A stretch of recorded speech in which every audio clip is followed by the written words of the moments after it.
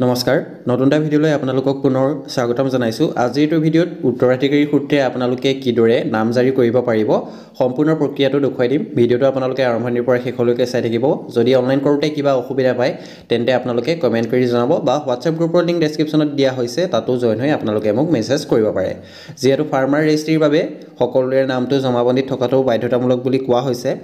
যদি আপোনালোকৰ এতিয়ালৈকে জমাবন্দীত নাম উঠা নাই, যদি উত্তৰাধিকাৰী সূত্ৰে যদি আপোনালোকে এতিয়ালৈকে নাম জাৰিটো কৰা নাই, তেনেহ'লে যিমান পাৰে সোনকালে আপোনালোকে যেটো নাম জাৰি আছে নাম জাৰি প্ৰক্ৰিয়াটো সোনকালে কৰি ল'ব। তেতিয়া আপোনালোকৰ জমাবন্দীত নামটো আহি যোৱাৰ পাছত আপোনালোকে ফাৰ্মাৰ ৰেজিষ্ট্ৰি কাৰ্ডটো বনাব পাৰিব। বা ফাৰ্মাৰ ৰেজিষ্ট্ৰি কাৰ্ডটো নবনালেও যদি উত্তৰাধিকাৰী সূত্ৰে আপোনালোকে নাম জাৰি কৰিম বুলি ভাবিছে, তেনে ক্ষেত্ৰত আপোনালোকে এই ভিডিঅ'টো চাই অনলাইন আবেদন কৰিব পাৰিব। অনলাইন আবেদনৰ বাবে আপোনালোকৰ 510 টকা পে'মেণ্ট কৰিব লাগিব। সম্পূৰ্ণ প্ৰক্ৰিয়াটো দেখুৱাই দিম। অনলাইন কৰি আপোনালোকে কিদৰে আপোনাৰ যেটো উত্তৰাধিকাৰী সূত্ৰে নাম জাৰি আছে সেইটো কৰিব পাৰিব। প্ৰথমতে আপোনালোকে ডেছক্ৰিপশ্যনত দিয়া লিংকটো ওপেন কৰি লওক, sewasetu.assam.gov.in। যদি আপোনালোকে নিজে কৰিবলৈ অসুবিধা পাইছে তেনে ক্ষেত্ৰত নিয়েৰেষ্ট CSC চেণ্টাৰ বা চাৰ্কুল অফিচত গৈ পেলাই PFC চেণ্টাৰত আপোনালোকে যোগাযোগ কৰি অনলাইন আবেদন কৰিব পাৰিব। কি ডকুমেণ্ট লৈ যাব লাগিব বা কি ডকুমেণ্টৰ আপোনালোকৰ প্ৰয়োজন হ'ব সম্পূৰ্ণ দেখুৱাই দিম। প্ৰথমতে দেখিছে লুকিং ফৰ পাৰ্টিকুলাৰ ছাৰ্ভিচেছত, তাত আপোনালোকে সাৰ্চ কৰিব পাৰে। ইয়াত দেখিছে মই আছামিজ লেংগুৱেজটো সিলেক্ট কৰি ৰখা হৈছে, আপোনালোকে ইংলিছ আছামিজ দুইটা লেংগুৱেজত ৰাখিব পাৰে। ইয়াত দেখিছে mutation by right of inheritance, আপোনালোকে এই অপশ্যনটো সিলেক্ট কৰি ল'ব লাগিব। যদি উত্তৰাধিকাৰী সূত্ৰে নাম জাৰি কৰিম বুলি ভাবিছে তেনে ক্ষেত্ৰত এই অপশ্যনটো আপোনালোকে সিলেক্ট কৰি ল'ব। তাৰপাছত ইয়াত ডকুমেণ্টখিনি কি লাগিব সেইখিনি কোৱা হৈছে। লিগেল হেয়াৰ চাৰ্টিফিকেট লাগিব, তাৰপাছত আপোনালোকৰ সেল্ফ ডিক্লাৰেশ্যন লাগিব, তাৰপাছত প্ৰুফ অফ ডেথ, অৰ্থাৎ আপোনাৰ উত্তৰাধিকাৰী সূত্ৰে যদি আপুনি নাম জাৰি কৰিম বুলি ভাবিছে, যদি আপোনাৰ দেউতা ঢুকাইছে তেনে ক্ষেত্ৰত আপোনাৰ দেউতাৰ যিখন ডেথ চাৰ্টিফিকেট বা যাৰ নামৰ পৰা আপোনাৰ নামলৈ ল'ব খুজিছে, যিজন ব্যক্তি ঢুকাইছে তেওঁৰ ডেথ চাৰ্টিফিকেটখনৰ প্ৰয়োজন হ'ব। তাৰপাছত বাকী ডকুমেণ্টখিনি আছে ইয়াত, গোটেইখিনি মই শেষত দেখুৱাই দিম কি আপলোড কৰিব লাগে, কেনেদৰে আপলোড কৰিব লাগিব। তাৰপাছত আপোনালোকে এপ্লাই অপশ্যনটোত ক্লিক কৰিব। এপ্লাই অপশ্যনটোত ক্লিক কৰাৰ পাছত আপোনালোকৰ ফৰ্মখন খোল খাব, অলপ সময় ৱেইট কৰি দিব। ইয়াত দেখিছে লগ ইন কৰিবলৈ আহিছে। যদি আপোনালোকে মেৰিভেশ্যন ৱেবছাইটটোত ৰেজিষ্ট্ৰেশ্যন কৰি ৰাখিছে বা সেৱাসেতুত আপোনালোকে ৰেজিষ্ট্ৰেশ্যন কৰি ৰাখিছে তেনেহ'লে ডাইৰেক্ট লগ ইন কৰি ল'ব। যদি ৰেজিষ্ট্ৰেশ্যন কৰা নাই, don't have N account, register নাও অপশ্যনটোত ক্লিক কৰি আপোনালোকে ৰেজিষ্ট্ৰেশ্যনটো কৰি ল'ব লাগিব। ইয়াত দেখিছে ইয়াত প্ৰথমতে নিজৰ মোবাইল নাম্বাৰ, তাৰপিছত জেনেৰেট OTP কৰিব, OTPটো ফিল আপ কৰিব, given name, gender, date of birth, personal মেছেজত যিকোনো আপোনালোকে ফিল আপ কৰিব পাৰে। ইউজাৰ নেমটো আপোনালোকে দি ল'ব, ইমেইলটো আপোনালোকে ইউজাৰ নেমত ৰাখিব পাৰে, পাছৱৰ্ড এটা দি ল'ব। তাৰপাছত আপোনালোকে কেপচাৰ কোডটো ফিল আপ কৰি চাইন আপ অপশ্যনটোত ক্লিক কৰি দিব, টাৰ্ম এণ্ড কণ্ডিশ্যনটো একচেপ্ট কৰি। ৰেজিষ্ট্ৰেশ্যন প্ৰক্ৰিয়াটো নদেখাওঁ যিহেতু এইটো সকলোৱে জানি সকলোৱে কৰিব পাৰিবই। যদি পৰা নাই তেনেহ'লে আগৰ ভিডিঅ' এটা চাই ল'ব পাৰে আপোনালোকে। তাৰপাছত ৰেজিষ্ট্ৰেশ্যনটো কমপ্লিট হোৱাৰ পাছতে লগ ইন অপশ্যনটো ক্লিক কৰিব। লগ ইন অপশ্যনটো ক্লিক কৰাৰ পাছত ইয়াত আপোনালোকে যিটো ইউজাৰ নেম পাছৱৰ্ড ছেট কৰিছিলে সেই ইউজাৰ নেম আৰু পাছৱৰ্ডটো আপোনালোকে ইয়াত দি ল'ব। ইয়াত দেখিছে ইয়াত আপোনালোকৰ যিটো ইউজাৰ নেম আৰু পাছৱৰ্ড আছে সেইটো আপোনালোকে ইয়াত শুদ্ধকৈ ফিল আপ কৰি ল'ব, পাছৱৰ্ডটো ফিল আপ কৰি দিব। তাৰপাছত আপোনালোকে যিটো টাৰ্ম এণ্ড কণ্ডিশ্যন আছে টাৰ্ম এণ্ড কণ্ডিশ্যনটো একচেপ্ট কৰি চাইন ইন অপশ্যনটোত আপোনালোকে ক্লিক কৰি দিব। চাইন ইন অপশ্যনটোত ক্লিক কৰি দিয়াৰ লগে লগে আপোনালোকৰ এনেকুৱা এটা পপ আপ উইণ্ড' আহি যাব। ইয়াত দেখিছে এইটো আপোনালোকে স্কিপ নাও কৰি দিব, প্ৰচেছিং ৰিকুৱেষ্ট। তাৰপিছত আপোনালোকে এই অপশ্যনটো আপোনালোকৰ যেতিয়া আহিব এইটো স্কিপ নাও কৰি দিব। স্কিপ নাও কৰি দিয়াৰ লগে লগে আপোনালোকৰ যিটো ডেস্কবৰ্ড আছে সেইটো খোল খাব। দেখিছে আপোনালোকৰ লগ ইন হৈ গৈছে। এতিয়া পুনৰ আপোনালোকে you are looking for particular services অপশ্যনটোত পুনৰ চাৰ্চ কৰি দিব। ইয়াত আপোনালোকে চাৰ্চ কৰি দিব mutation by right of inheritance. আপোনালোকে এইদৰে চাৰ্চ কৰি দিয়াৰ পাছত চিলেক্ট কৰি ল'ব। তাৰপাছত চাৰ্চ অপশ্যনটোত আপোনালোকে ক্লিক কৰিব। চাৰ্চ অপশ্যনটোত ক্লিক কৰি দিয়াৰ লগে লগে আপোনাৰ এপ্লিকেশ্যন ফৰ্মখন আহি যাব। ইয়াত দেখিছে এপ্লাই অপশ্যনটোত আপোনালোকে ক্লিক কৰি দিব। ইয়াত আহি গৈছে দেখিছে mutation by right of inheritance, apply অপশ্যনটোত পুনৰ ক্লিক কৰিব। তাৰপাছত আপোনালোকৰ যিখন এপ্লিকেশ্যন ফৰ্ম আছে সেইখন লোডিং হ'ব, অলপ সময় ৱেইট কৰি দিব। ইয়াত দেখিছে আপোনালোকৰ বসুন্ধৰা ৱেলকাম টু দ্য বসুন্ধৰা 1.0, যিহেতু বসুন্ধৰা 1.0তে আপোনালোকৰ নাম জাৰি প্ৰক্ৰিয়াটো আৰম্ভ হৈছিলে। গেট ষ্টাৰ্ট অপশ্যনটোত ক্লিক কৰিব, তাৰপৰা আধাৰ হোল্ডাৰ কনচেণ্ট দিবলৈ আহিব। ইয়াত আই হিয়াৰ ডিক্লেয়াৰ্ড অপশ্যনটোত ক্লিক কৰি আপোনালোকে আধাৰ নাম্বাৰটো ফিল আপ কৰিব পাৰে। যদি আপোনাৰ আধাৰ কাৰ্ড নাই তেনে ক্ষেত্ৰত পান কাৰ্ডৰ ডিটেইলছটো দি পেলাই আপোনালোকে নেক্সট কৰিব পাৰিব। এতিয়া মই আধাৰ কাৰ্ডৰ ডিটেইলছটোকে দি লৈছোঁ, যিহেতু আধাৰ মোৰ আছে আৰু শুদ্ধ আছে আধাৰ ডিটেইলছখিনি। এইভাবে এণ্টাৰ আধাৰ নম্বৰত আধাৰ নম্বৰটো ফিল আপ কৰিব ভেৰিফাই আধাৰ অপশ্যনটোত ক্লিক কৰাৰ পাছতে আধাৰ কাৰ্ডৰ যিটো মোবাইল নম্বৰ আছে তাত এটা OTP যাব অৰ্থাৎ যিজনে নামজাৰি কৰিম বুলি ভাবিছে যাৰ নামটো উঠাম বুলি ভাবিছে তেওঁ যিকোনো এজনৰ এপ্লিকেণ্টৰ যদি আপোনাৰ ককায়েক ভাই ধৰি লওক আপোনাৰ দুজন আছে তিনজন আছে সকলোৰে একেলগে কৰিম বুলি ভাবিছে তেনে ক্ষেত্ৰত কোনোবা এজনৰ আধাৰ কাৰ্ডটো দি পেলাই আপোনালোকে কৰিব লাগিব ইয়াত আধাৰটো ফিল আপ কৰিলে তাৰ পাছত ইয়াত দিছে OTPটো মই ফিল আপ কৰি লৈছো তাৰ পৰা ভেৰিফাই অপশ্যনটো ক্লিক কৰি দিম কেৱল আধাৰ যাৰ দিছে তেওঁহে হ'ব তেনেকুৱা নহয় সম্পূৰ্ণ ভিডিঅ'টো চালে আপোনালোকে নিশ্চয় বুজিব প্ৰথমতে কোনোবা এজনৰ আধাৰ কাৰ্ডটো দি আপোনালোকে ভেৰিফাইটো কৰি ল'ব লাগিব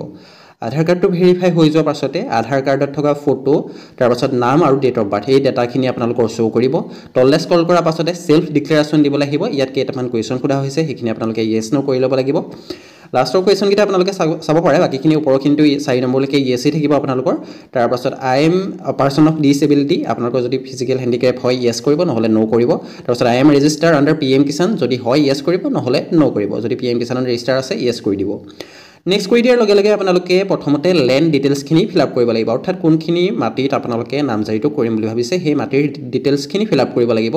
প্ৰথমতে ডিস্ট্ৰিক্ট সিলেক্ট কৰিব তাৰ পাছত আহিব সাৰ্কল অফিস তাৰ পাছত ৰুৰেল নে আৰবান হেতু আপোনালোকে সিলেক্ট কৰিব লাগিব মই গাঁওখন সিলেক্ট কৰি লৈছো তাৰ পাছত আপোনালোকে ইয়াত দিব লাগিব চুজ ডাক আপোনালোকে ডাক নাম্বাৰটো ইয়াত ফিল আপ কৰিব লাগিব আপোনালোকে খাজনাখনতে পাই যাব খাজনা ৰচিদটো আপোনালোকে চেক কৰিব তাত যিহেতু গোটেইখিনি ডাক নাম্বাৰ দিয়া থাকে তাৰ পাছত ইয়াত আপোনালোকে যেটো ডাগত নামজাৰি কৰিম বুলি ভাবিছে সেই ডাকটো আপোনালোকে ইয়াত সিলেক্ট কৰিব সিলেক্ট কৰি লোৱা পাছত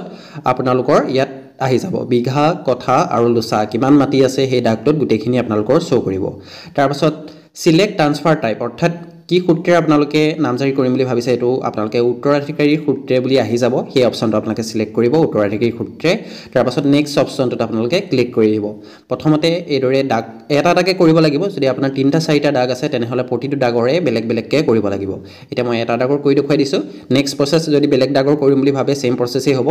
তাৰ পাছত আহিব পাটাদাৰ নেম অৰ্থাৎ যিজন মৃতকজনৰ নামটো ইয়াত দিব লাগিব যদি আপোনাৰ দেউতা ঢুকাইছে দেউতাৰ নামটো নিশ্চয় আপোনাৰ পাটাদাৰ নেমত থাকিব তেতিয়া আপোনালোকে নিজৰ দেউতাৰ নামটো সিলেক্ট কৰি ল'ব লাগিব পাটাদাৰ নেমত ইয়াত দেখিছে যিজন মৃতকজনৰ নামটো আপোনালোকে ইয়াৰ পৰা সিলেক্ট কৰি ল'ব তাৰ পাছত এপ্লিকেন্ট ডিটেইলছত দেখিছে ইয়াত খুদা হৈছে those applicant already has name is current ডাক যদি আপোনালোকৰ নামটো যিজন এপ্লিকেন্টজনৰ নামটো ডাগত আছে তেনেহলে ইয়েছ কৰিব যেহেতু পৰাপক্ষ নাথাকে যেহেতু ডাগত ভৰাবৰ বাবেহে আপোনালোকে নামজাৰি কৰিছে এটা আপোনালোকে নো ৰাখিব তাৰ পাছত প্ৰথমতে যিজন এপ্লিকেন্ট যিজনৰ আধাৰি কৰিছিল তেওঁৰ নাম ডিটেইলছখিনি ইয়াত শো কৰিব দেখিছে প্ৰথম যিজনৰ মই আধাৰ কাৰ্ড দি ভেৰিফাই কৰিছিল তেওঁ গোটেই ডিটেইলছখিনি ইয়াত শো কৰিছে তাৰ পাছত নেম আৰু আপোনালোকৰ যেটো জেন্ডাৰ আপোনালোকৰ গাৰ্জেন নেম সেইখিনি আপোনালোকে অসমীয়াত টাইপ কৰিব লাগিব অসমীয়া কিবোৰ্ডখন আহি যাব ইয়াত টাইপ কৰি দিয়াৰ লগে লগে আপোনালোকৰ সেইখিনি সেভ হৈ যাব ইয়াত দেখিছে মই এটো সেভ কৰি লৈছো তাৰ পাছত এতিয়া আপোনালোকে আৰু যদি আপোনালোকে এপ্লিকেন্ট অৰ্থাৎ যদি আপোনালোকে আৰু যদি কাৰোবাৰ নাম এড কৰিব বিচাৰে যদি আপোনাৰ ধৰি লওক ককাইক ভাইকক 3জন 2জন তেনে ক্ষেত্ৰত সকলোৰে নামটো যদি এড কৰিম বুলি ভাবে তেনেহলে এড কৰি পেলাই আপোনালোকে এড এপ্লিকেন্ট কৰি সকলোৰে নামগিটা ইয়াৰ পৰা এড কৰিব পাৰিব যদি কেৱল এজনৰ নাম এড কৰিম বুলি ভাবিছে তেনেহলে কেৱল এজন এড কৰিলে হ'ব যদি সকলোৰে নাম এড কৰিম বুলি ভাবিছে তেনে ক্ষেত্ৰত আপোনালোকে সকলোৰে নামখিনি ইয়াত এড কৰি দিব পাৰিব দেখিছে ইয়াত যেহেতু উত্তৰাধিকাৰী সূত্ৰে কৰিলে যিমান কেজন ককাইক ভাইক আছে সকলোৰে নামখিনি এড কৰিব লাগে ইয়াত আপোনালোকে গোটেই কেজনৰ নামটো ইয়াত এড কৰি দিব পাৰিব দেখিছে তেওঁ আধাৰটো চাই পেলাই তেওঁৰ নাম জেন্ডাৰ ডেট অফ বাৰ্থ সেইখিনি ফিল আপ কৰি এড কৰি ললে হ'ব মই কেৱল এজনৰ এড কৰি দেখুৱাই দিছো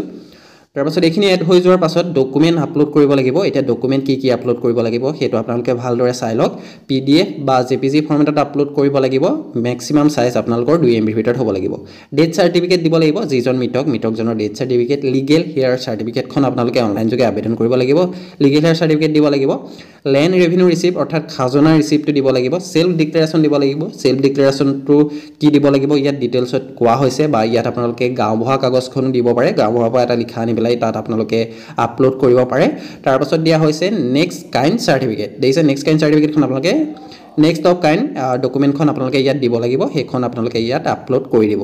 যদি আপোনালোকে গোটেইখিনি ডকুমেন্ট আপোনাৰ ওচৰত নাই তেনে ক্ষেত্ৰত আপোনালোকে সাৰ্কল অফিসত গৈ যোগাযোগ কৰিব পাৰে তেতিয়া গোটেইখিনি ডকুমেন্ট আপোনালোকৰ নহলেও হৈ যাব পাৰে কেৱল জমাবন্দী গাঁওবুঢ়া লিখা এফিডেভিট এটা দিলেও আপোনালোকৰ সাৰ্কল অফিসত কৰি দিব পাৰে সেইবাবে আপোনালোকে অনলাইন কৰাৰ আগত এবাৰ সাৰ্কল অফিসত যোগাযোগ কৰি ল'ব গোটেইখিনি ডিটেইলছ আপোনালোকে মণ্ডলজনক ভালদৰে এবাৰ সুধি ল'ব অনলাইন কৰোতে আপোনালোকৰ এইখিনি ডকুমেন্টৰ প্ৰয়োজন হ'ব এটা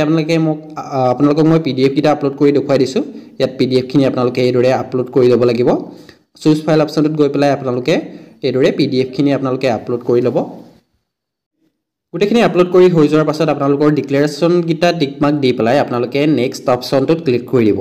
নেক্সট অপচনটোত ক্লিক কৰি দিয়াৰ লগে লগে ৰিভিউ এণ্ড সাবমিটৰ অপচনটো আহিব সম্পূৰ্ণ ফৰ্মখন আপোনালোকৰ ৰিভিউ কৰিবলৈ আহিব যদি কিবা ভুল হৈ আছে তেতিয়া এডিট কৰি ল'ব পাছত যদি ফাইনেল সাবমিট কৰি দিয়ে তাৰ পাছত আপোনালোকে এডিট কৰিব নোৱাৰিব ইয়াত দেখিছে লোডিং হৈ আছে অকমান সময় আপোনালোকে ওয়েট কৰিব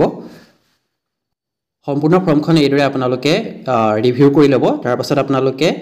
যেটো এগ্ৰিমেন্ট আছে একসেপ্ট এগ্ৰিমেন্ট এণ্ড সাবমিট হেতু ডিক্লেৰেশ্যনটো টিক মাৰ্ক দি প্লাই ফিনিশ অপচনটোত ক্লিক কৰি দিব তাৰ পাছতে আপোনালোকৰ পেমেন্ট কৰিবলৈ আহিব এতিয়া বহুতে পেমেন্টটো এইখিনতে অসুবিধা পায় পেমেন্টটো কিদৰে কৰিব লাগিব মই দেখুৱাই দিছো আপোনালোকক ইয়াত দেখিছে আপোনালোকে 510 টকা আপোনালোকে পেমেন্ট কৰিব লাগিব চালান এমাউন্টটো 500 দিয়া হৈছে পেমেন্ট গেটৱে সিলেক্ট কৰিব কানাড়া বেংক পিজি সিলেক্ট কৰি এগ্ৰি কৰি প্ৰসিড কৰি দিব ঠিক আছে পেমেন্ট গেটৱে তাৰ পাছত কানাড়া বেংকটো আপোনালোকে সিলেক্ট কৰিব তাৰ পাছত প্ৰসিড কৰি দিয়াৰ লগে লগে আপোনালোকৰ পুনৰ এনেকুৱা ধৰণৰ ইন্টাৰফেস এটা আহিব এটো আপোনালোকে পুনৰ টাৰ্ম এণ্ড কন্ডিশনটো একসেপ্ট কৰি কনফাৰ্ম পে অপচনটো ক্লিক কৰি দিব তাৰ পাছত পেমেন্ট মেথড গিটা আপোনালোকৰ খোল খাব আপোনালোকৰ ইয়াত ডেবিট কাৰ্ড ক্ৰেডিট কাৰ্ড বা UPI QR কোড স্ক্যান কৰি গুটেখিনি মেথড দিয়া হৈছে 510 টকা আপোনালোকে প্ৰতিটো দাগত পেমেন্ট কৰিব লাগিব ইয়াত দিছে প্ৰতিটো দাগত আপোনালোকে 510 টকা পেমেন্ট কৰিব লাগিব ইয়াত দিছে পে থ্ৰু UPI তাৰ পাছত আপোনাৰ pay through UPI QR code গুটেখিনি অপচন আছে আপোনালোকে QR কোডটো সিলেক্ট কৰি QR টো জেনাৰেট হৈ যাব QR টো স্ক্যান কৰি পেমেন্ট কৰিব পাৰে বা UPI দি পেমেন্ট কৰিব পাৰে ডেবিট কাৰ্ড দি পেমেন্ট কৰিব পাৰে পেমেন্ট কৰি দিয়াৰ লগে লগে আপোনালোকৰ ওচৰত এখন একনলেজমেন্ট ৰিসিপ্ট জেনাৰেট হ'ব যদি আপোনালোকক সোনকালে আপোনালোকৰ নাম জাৰি কৰিম বুলি ভাবিছে তেনে ক্ষেত্ৰত আপোনালোকে একনলেজমেন্ট ৰিসিপ্টটো লৈ যিখিনি ডকুমেন্ট আপলোড কৰিছে এই গুটেই ডকুমেন্টখিনি লৈ গৈ সাৰ্কুল অফিচত জমা দিব পাৰে তাৰ পাছত আপোনালোকৰ কামটো সোনকালে কৰি দিব তেওঁলোকে যদি আপোনালোকে ওয়েট কৰিম বুলি ভাবে ওয়েট কৰিব পাৰে তেতিয়া আপোনালোকে সেৱা সেতুতে ষ্টেটাসটো চেক কৰি থাকিব পাৰিব এপ্ৰুভ হৈছে নে নাই হোৱা যদি এপ্ৰুভ হৈ যায় তেনে ক্ষেত্ৰত আপোনালোকৰ ডেলিভাৰ্ড বুলি ষ্টেটাসটো চেক শো কৰিব ঠিক আছে আপোনালোকৰ ষ্টেটাস চেক কৰা লিংকটো মই ডেসক্ৰিপচনত দি দিম তাত গৈ আপোনালোকে নিজৰ ষ্টেটাসসমূহ চাই থাকিব পাৰিব ধন্যবাদ আজি এইটো ভিডিও ইমানে আছিল ভিডিওটো চাই যদি আপোনালোক অলপ উপকৃত হ'ল চেনেলটো সাবস্ক্ৰাইব কৰিবলৈ নাপাহৰিব ধন্যবাদ